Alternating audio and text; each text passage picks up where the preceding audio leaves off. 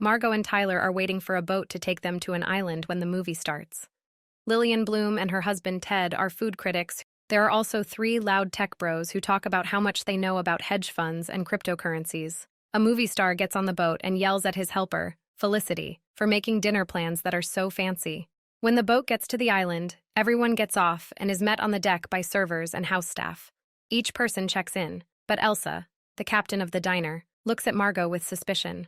She tells Tyler that she's not the person he signed up to go with, and he tells her that he broke up with his girlfriend and is bringing Margot instead. All 12 of the restaurant's guests are relaxing in a large area behind the building. Anne and her husband, Richard, are regulars, so they skip the welcome and go straight to the restaurant. Elsa welcomes the others and tells them that the food will tell a unique story that has never been told before and will never be told again. They are given a tour of the island and told that it is 12 acres of forest and has access to the sea. The staff then shows them the bunkhouse, where they all sleep in bunk beds like in a military barracks. Elsa says that the team is like a family working together to run the best restaurant in the world. Tyler asks about a cottage on a hill as they walk across the yard to the restaurant. Elsa says it's where the chef lives, but not even the staff is allowed inside. They all go into the restaurant through a big square hole in the wall that opens outward.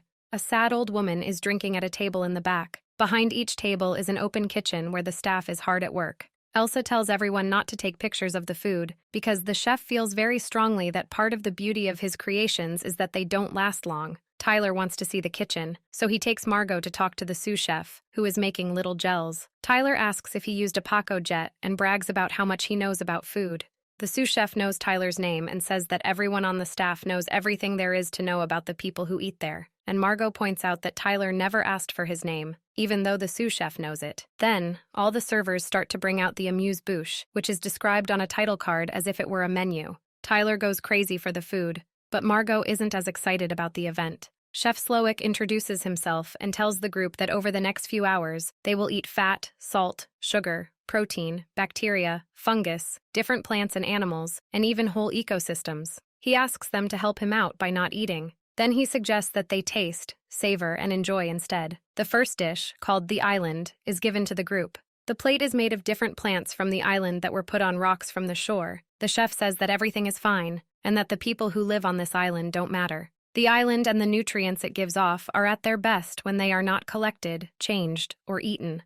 What goes on in that room doesn't matter compared to what happens outside in the land, water, and air. People only exist for a moment, but nature will always be there. Tyler starts to cry when he hears that the dish is beautiful. Margot is rude and says she doesn't want any of it. She has doubts right away about the whole place. And food critic Lillian Bloom says, "I've never tasted anything so thalassic."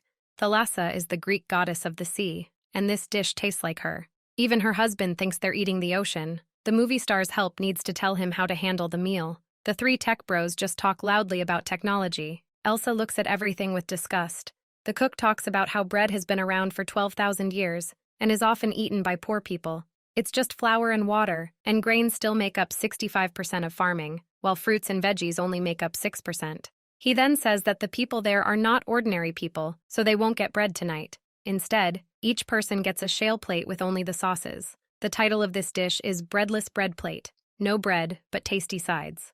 Tyler takes a picture of the food again. Margot doesn't get why he cares so much. He talks about how much he loves food and how he thinks cooking is an art. They are stopped when Elsa brings a bigger container of the broken emulsion that Lillian was complaining about, courtesy of Chef Slowik. The Tech brothers ask Elsa to come over. They complain that they understand all the ideas, but they would like some bread. Elsa says, no. Elsa gets close to one of them and says, "You will eat less than you want and more than you deserve." Margot isn't eating, so the cook comes over and asks her why. She says, "I guess I don't want to fill up too early." "That's not possible," says the cook. "I've carefully planned the amounts to take that into account. Just eat." Margot tells him, "Thank you, but I'll eat what I want." This is surprising since everyone treats the cook with respect, but the chef just gives a half smile and walks away. The chef claps, and they are told that the next item will be called memory. He tells the group about a memory from his childhood and says that the old woman is his mother. When his parents were fighting, his dad put a phone cord around his mother's neck. As a child, the cook stabbed him in the thigh with kitchen scissors to get him to stop. The group is then given the first course, which is called memory. Each person is given plates made of tightly coiled telephone cords and bowls of tortillas. Each tortilla has a picture on it. The Tech brothers see a paper that shows that they have been lying. They ask Elsa who they are by calling her over. The tech guy asks her to explain the pictures, and she says, "These are tortillas with tax records and other documents that show how the company has hidden transactions with shell companies, stolen intellectual property, and made a lot of fake invoices with fake charges." The movie star's tortillas all have a picture from a silly movie he made for money a long time ago. Richard had a tumor removed from his head, so Anne sees a picture of him with a bandage on his head. In another, there is a picture of Richard on a date with a young woman. He tries to tell her that the picture was made with Photoshop. At Tyler's table, the pictures on the tortillas are of him trying to take secret shots of his meals earlier that night. Margot says, "We're sending it back." She tries to wave over a server, but Tyler snaps at her, saying that you don't send things back there. You thank them for letting you in the door. Margot is upset that he snapped at her, so she gets up and walks away. Elsa shows up before she can get in and asks if she needs help. When Margot says she wants to go to the girls' room, she is shown the way. Margot smokes a cigarette on top of a toilet in the women's room while looking out a window. When the chef walks in, he asks Margot what she's doing in the bathroom. She says it is a room for women. He says, "I mean here on this island, you little fool. You're not supposed to be here." Margot stepped in at the last minute, and he wants to know if she's one of them or one of us, which throws Margot off. Margot tells Tyler she wants to leave when she gets back to her table. He tells them they can't, because they're on an island and the boat is gone. The chef then introduces his sous chef, Jeremy, who made the next dish, the mess. Jeremy stands at attention, while the chef talks about how Jeremy went to a cooking school and wrote a heartfelt letter to Hawthorne about how much he wanted to work there. Jeremy is bright and very good, but he will never be great. He wants my job, my place, my prestige, my status, and my skills with all of his heart. Jeremy has given up everything to try to do that. Every day he works for 20 hours. He has no time for his family or friends. He has worked and been under pressure his whole life to make the best food in the world. Pressure to make the chef happy. There was pressure to make people happy. There was pressure to please the reviewers. Even if everything goes well, the food is perfect, the customers are happy, the mess will still happen. The mess you make of your life, your body.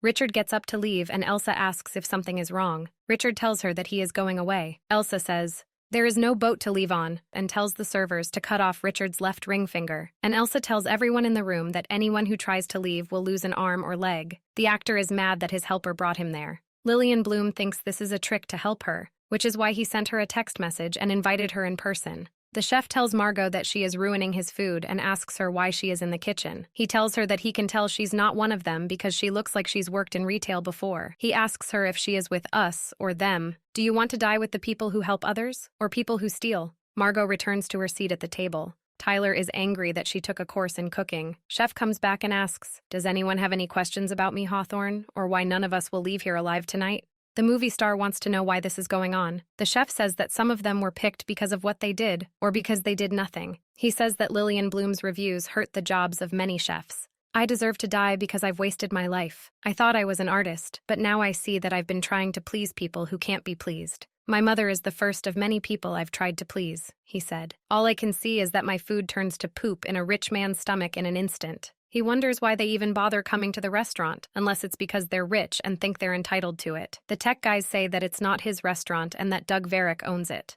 Through the window that looks out onto the yard, a light shines on Doug Varick, who is wearing the angel wings we saw earlier. His hands are tied behind him. Doug is lowered slowly into the water and left to die.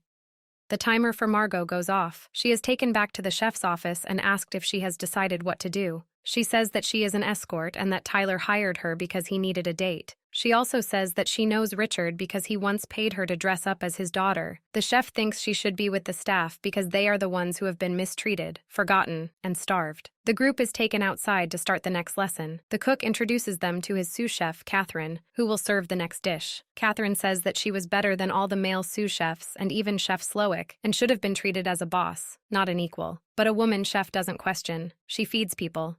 People in the group are told that the guys will be hunted, and they are given 45 seconds to hide. When the guys are found, they are beaten and then brought back inside. The chef now says, "I'm afraid the menu for tonight can't go on as planned until we deal with an unresolved matter." He is talking to Tyler, who has been sending him letters for months about how much he likes food. The chef tells Tyler that he wasn't surprised by what happened that night because he knew everyone was going to die. He then reminds Tyler that he said he was a great cook at home, and he asks Tyler to cook the next meal. He chops leeks and shallots in a sloppy way, which the chef makes fun of. We must learn from Tyler a new way to dice, of which we have been terribly ignorant. Leeks and shallots cooked in butter. I'm living through a change in food. Tyler puts out the food. The chef tries it and jokes that he likes it, but then he says how terrible it is. Tyler is embarrassed. The chef tells them they should get ready for dessert, but Elsa was careless and forgot to tell someone to bring in the barrel that should have been in the corner. He tells Margot that she will get the barrel from the smokehouse. On her way out, she sees Tyler's dead body hanging in the chef's office from a noose. The movie star asks why he was picked to be punished when everyone else is.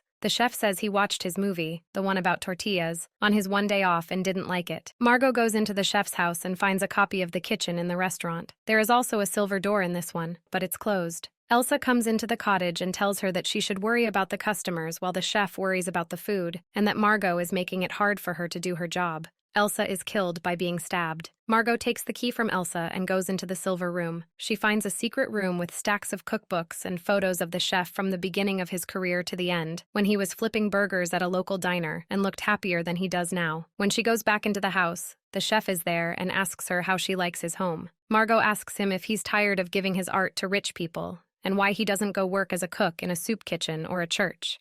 The chef says, "We know from painful experience that the oppressor never gives freedom on their own. The oppressed must ask for it," and then tells Margot that he has decided she is now an eater and an animal like the rest. Margot yells that she doesn't like the food that the chef makes. She would like to send it back. The chef walks up to her table and says, "I'm very sorry. What do you not like about my food?" Margot says, "You've made eating boring. Every dish we've had tonight has been more of an intellectual challenge than something you just want to sit down and enjoy." He asks her what she wants, and she tells him a cheeseburger, but not a fancy, deconstructed, avant-garde hamburger. The chef says that he will make her the best cheeseburger she has ever had. She asks how much it costs, and he says, $9.95. But she says that her eyes are bigger than her stomach, so she asks for a to-go container. The chef makes sure that she has a to-go bag. She puts $10 on the table and walks away. Margot is free to leave. Each person is given a coat made of marshmallows. The floor is covered with chocolate sauce and graham cracker crumbs, and then the whole room is set on fire. Margot gets to the Coast Guard boat by going outside. Everyone inside Hawthorne is on fire. A title says, "Final Dessert Course, S'more, Marshmallow, Chocolate, Graham Cracker, Guests, Staff, Restaurant." Don't forget to hit that subscribe button and turn on notifications to be notified when I upload new videos and enjoy watching.